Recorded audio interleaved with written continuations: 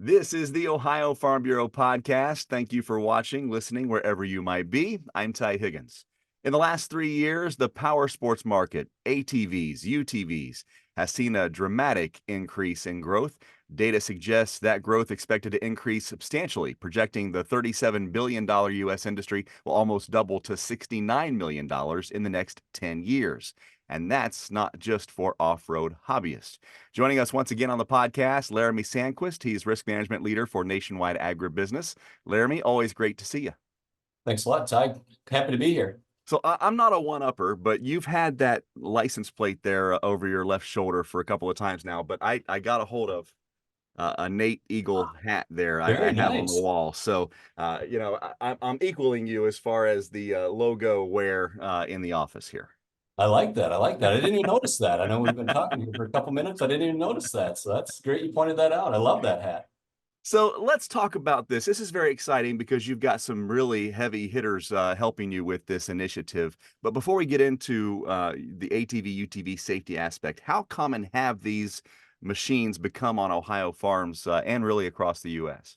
Yeah, Ty, I think you mentioned at the outset, these things have blown up since the pandemic. I think if you go to any ATV or power sports dealer across the country, you have a hard time finding any in stock. I think now they're finally being able to get these in stock, but a lot of people buying these over the last 3 or 4 years, a lot of people using these, a lot of people having a lot of fun with these. Doing fun things, right? Having them for recreational purposes, but also having them for work purposes. But I think what we're seeing also is that folks are using these appropriately most of the time, but sometimes they're using them inappropriately and they are causing some real challenges out there. So we know in Ohio specifically, the Consumer Federation of America does some rankings, and Ohio actually ranks 7th in the US for ATV, UTV accidents since the pandemic era. And so that's some pretty alarming statistics there. So we know these are fun. We know these can be used for recreational and for business purposes. What we want to do is make sure that people are taking safety into consideration, using the precautions, and operating these things in the manner that they're supposed to be operated so we can do it in a safe, responsible way. Yeah, we're seeing some alarming trends when it comes to risks of using ATVs and UTVs. What are we seeing as far as those trends are concerned? No doubt. Unfortunately, what we're seeing is over 700 people are dying every year using these vehicles, and over 100,000 folks are having ER-related injuries, serious injuries. And so it's definitely a big deal.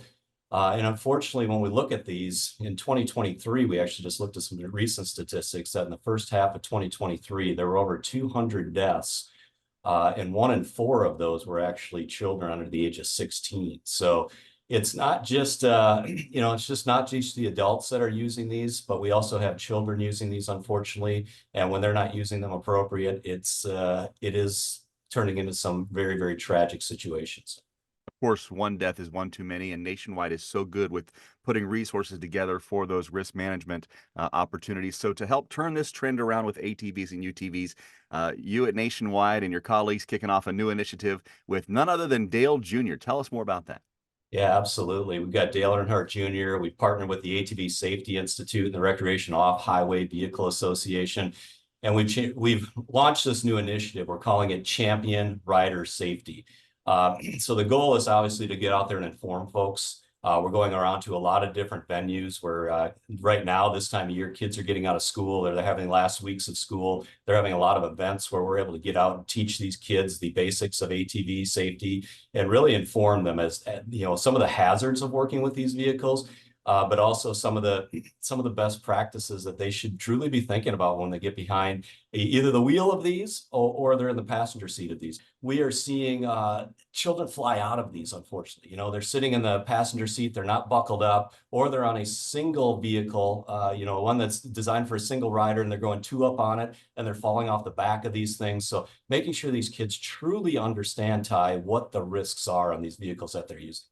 Yeah, you mentioned the safety aspects. There are 3 pillars that you at Nationwide have come up with this Champion Rider Safety Program for ATV and UTV safety. What are those 3 pillars? Yeah, first and foremost, we like to say what's legal doesn't always mean that it's safe, right? We have a lot of jurisdictions that are now getting involved in these as far as allowing them on public roadways. And so just because they allow them on public roadways doesn't mean that these were designed and used for the intent of driving on public roadways. You think about a car, for example, or a truck.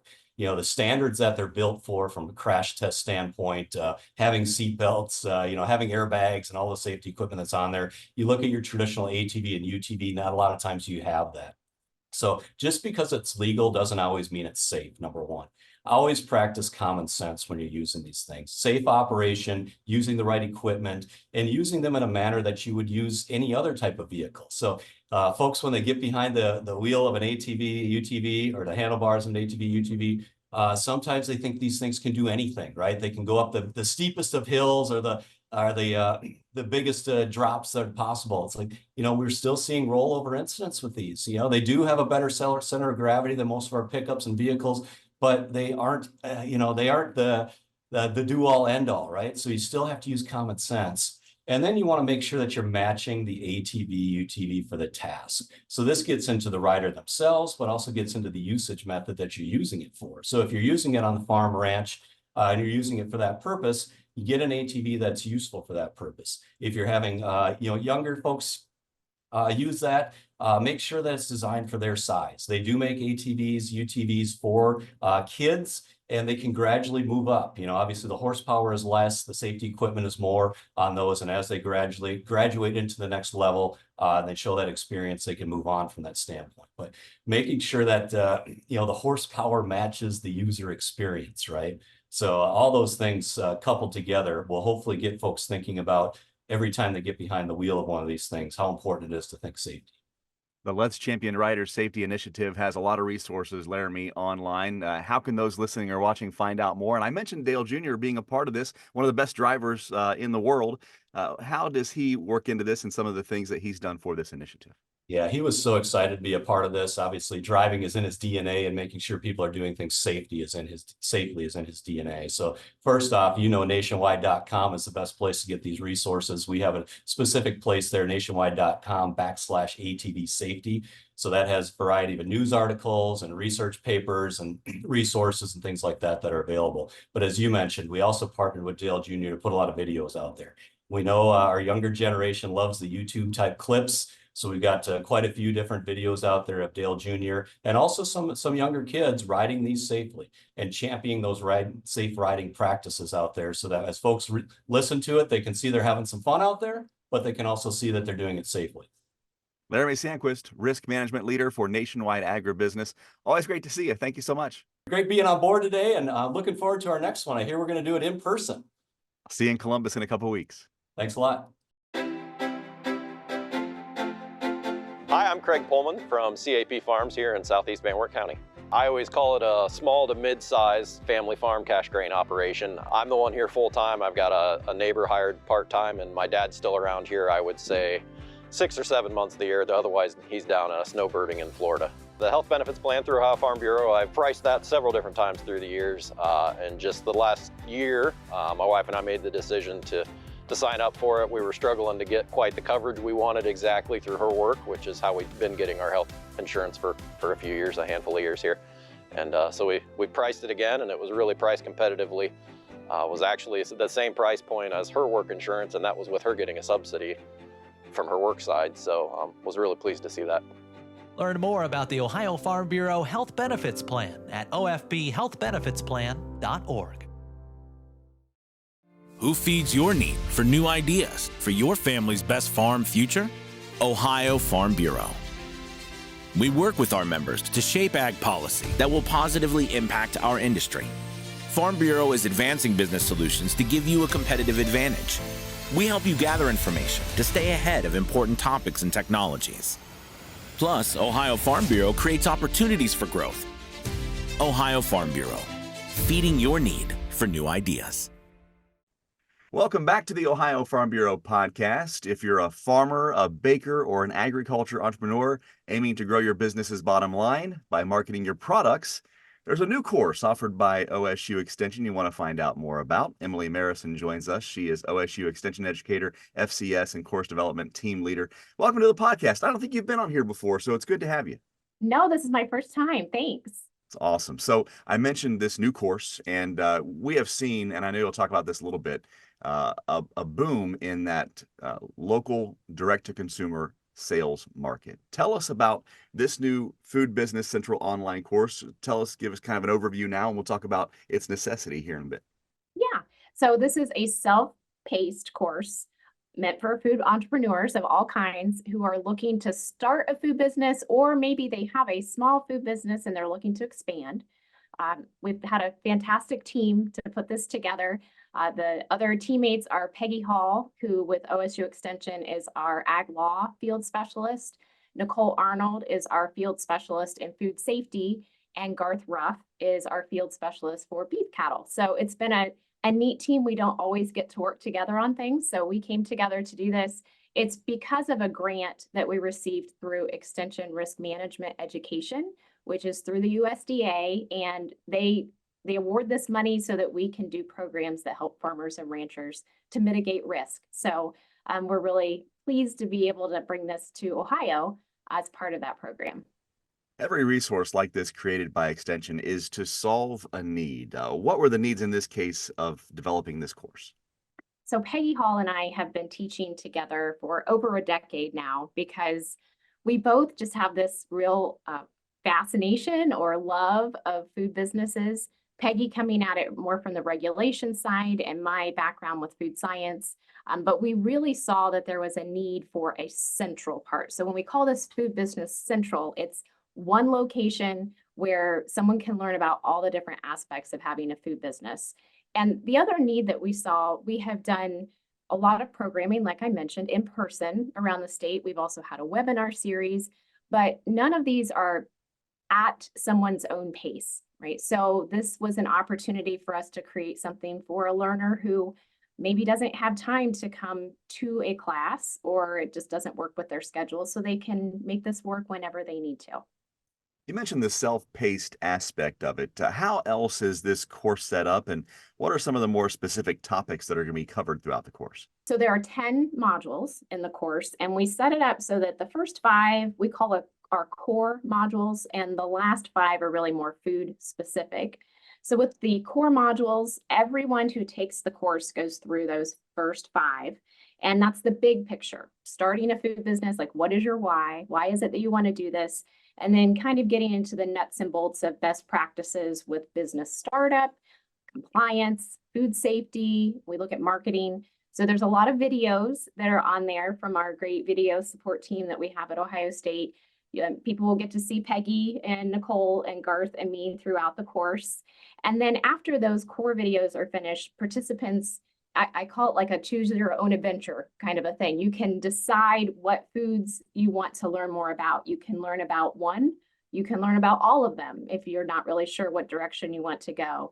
But those different types of food include cottage foods, baked goods, canned foods, meat, poultry, eggs, and then there's kind of a catch-all at the end, the other foods. So if it doesn't fall in one of those categories, we try to address that in the last module. And the biggest thing as people complete this, at the end of every module, there are key questions that we ask, and that helps them to build, we call it My Food Business Action Plan. And that when you leave the course, you have this document that has all of your next steps in what your journey is on a food business. The end goal, of course, is to make sure those looking to branch out and sell their goods have thought of everything before taking that significant leap. And I don't want to ruin the fun. I mean, growing your own food, producing your own food, baking your own food, marketing, it's all a lot of fun. But how important is that business plan aspect of getting your business off the ground? Yeah, we want it to be viable for people. We want it to be sustainable. We want it to generate some income for them. So having a business plan we see as being extremely important. And I mentioned the My Food Business Action Plan, but that's really different from a true business plan. That is the next steps to take. So based off of all of those different modules, where is it that I need to go next? Do I need to talk with someone about insurance? Do I need to move on and look at what are different marketing options for me? But then at the end, we connect people to their small business development center. So our hope is that they will go and visit with them, that they will get a one-on-one consultation with some of their business experts and really help them develop a true business plan, because we know research shows that when you have a business plan, you are more likely to be successful with your business. From a person-to-person perspective, is there any type of interaction or outreach that Extension can do there at the county level as someone works their way through this course online? Yeah, you are welcome to reach out to your local extension office. Every county is different. Every county has a different set of faces that you'll see.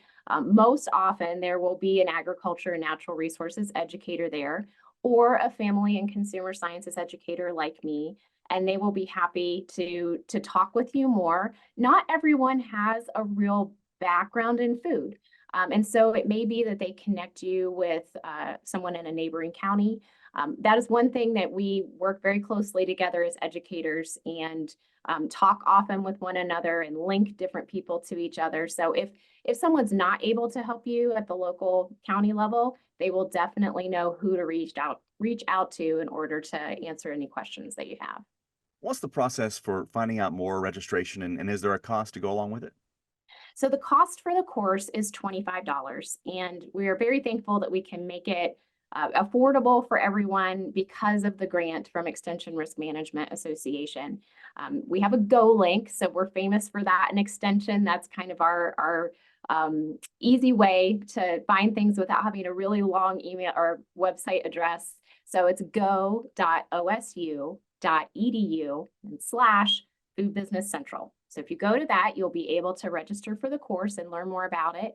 If you'd like to look at any past webinars that we've done about starting a food business, or all of the different resources that we have related to food law, you can visit the Farm Office website.